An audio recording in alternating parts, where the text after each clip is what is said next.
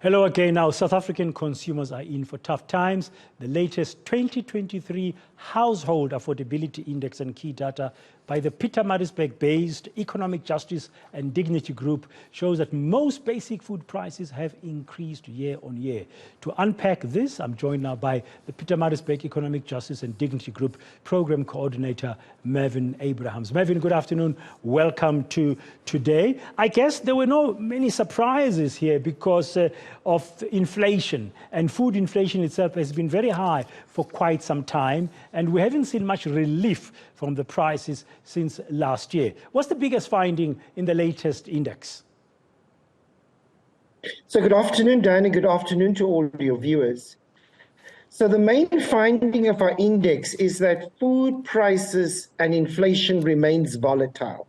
When we look at last month, for instance, we saw a slight decrease of 15 Rand, and this month we see an increase of 25 Rand. So there is a lot of fluidity and volatility in terms of food prices. That continues, which means that the impact on the consumer remains quite stressful. And with this kind of figures that we are seeing now, we are wondering whether inflation is really on the decrease or whether it's going to remain stubbornly high. Then we have also seen some anomalies in our figures. Yes, carry on. We've also seen some anomalies in our figures, Dan, in that, you know, when you look at the 30 kgs of maize meal, we see it has increased month by month by something like about 40 Rand, whilst rice, which we saw increasing for 2 consecutive months, has now decreased. Now, maize is grown in South Africa. We produce sufficient for the South African market. Rice, of course, is imported and so is exposed to the US dollar versus the Rand volatility. But it seems that the imports are dropping in price and local production seems to be increasing in price. So that's a kind of an anomaly that we would need to look deeper at to see whether it is really inflation or whether the corporate sector are beginning to ensure that they increase their profit margins to make up for profits that they have lost earlier months ago. So that's really an open question for us at this stage. Yeah, in your statement, you talk about CPI, food inflation, which is at around 11%, according to Stats SA, headline inflation having dropped last month to 5.4%. That's why you're questioning whether or not, in real terms, inflation is dropping. Yes, exactly. And particularly when it comes to local production of food, why is our local production not dropping at the same level as some of the imported foods, particularly the difference between rice and maize, which are both staples for South Africans? You've mentioned those two staples. When you look at different food categories, what does this index show? Which products have gone up by, say, 5% or so, and which have gone up by lesser amount? So when we look, for instance, at those that have increased by more than 5%, then we are looking at foods such as sugar, potatoes, we look at maize, we look at vegetables such as butternuts and green peppers.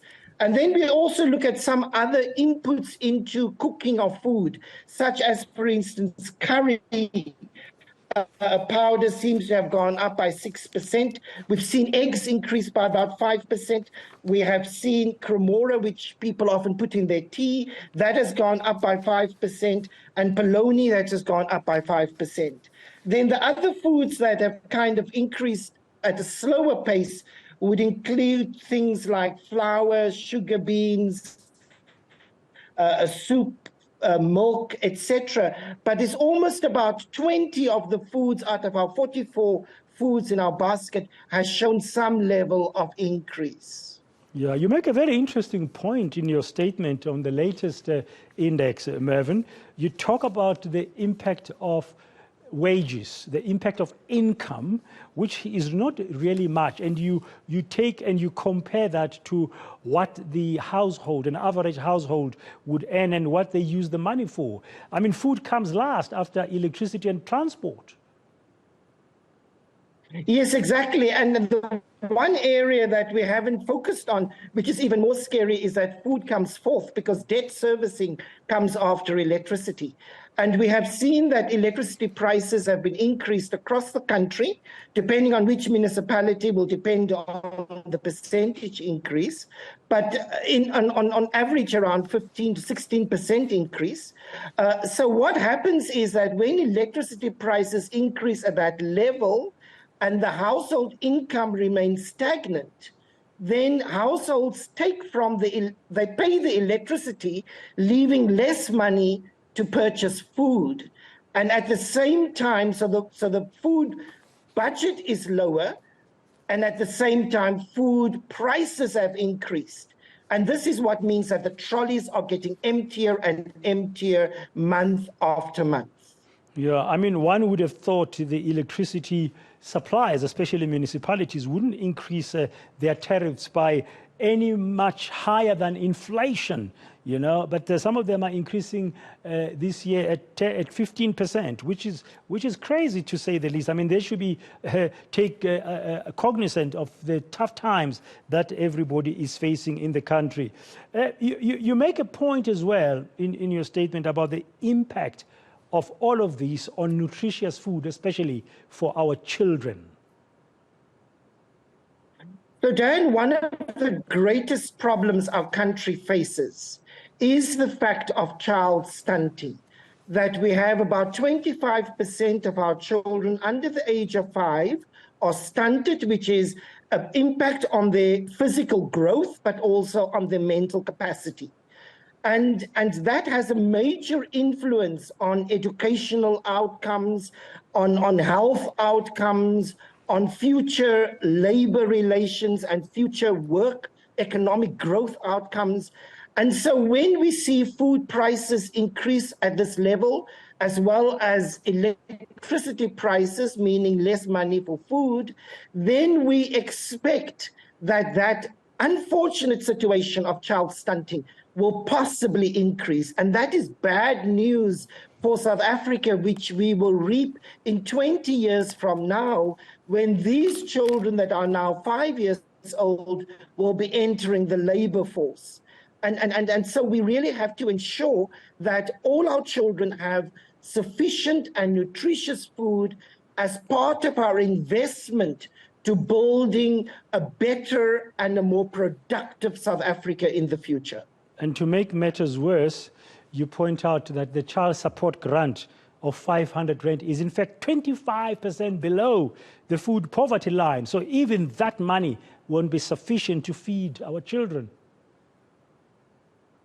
Exactly. And so we have been calling with many other civil society organizations that at the very least, the child support grant should be set at the level of the food poverty line. At the very least, it should provide a child with sufficient and nutritious food in order to eradicate child stunting so that we can have better educational outcomes, and with better educational outcomes, better economic opportunities for the country. But unfortunately, that is not the case. Even though the child support grant is really one of the great benefits of democratic South Africa, it is targeted well. It is being received by about 12 million children, so it really does help. But if that can be set at the level of the food poverty line to at least ensure sufficient food for those children, then I think South Africa could have a better and a more prosperous future in terms of our education, and our society, but also our economy. Thank you very much, Mervyn Abrahams. He's with the Pietermaritzburg Economic Justice and Dignity Program, just helping us to understand some of the numbers that the latest July 2023 Household Affordability Index has found in terms of food prices in our country, and that impacts on households.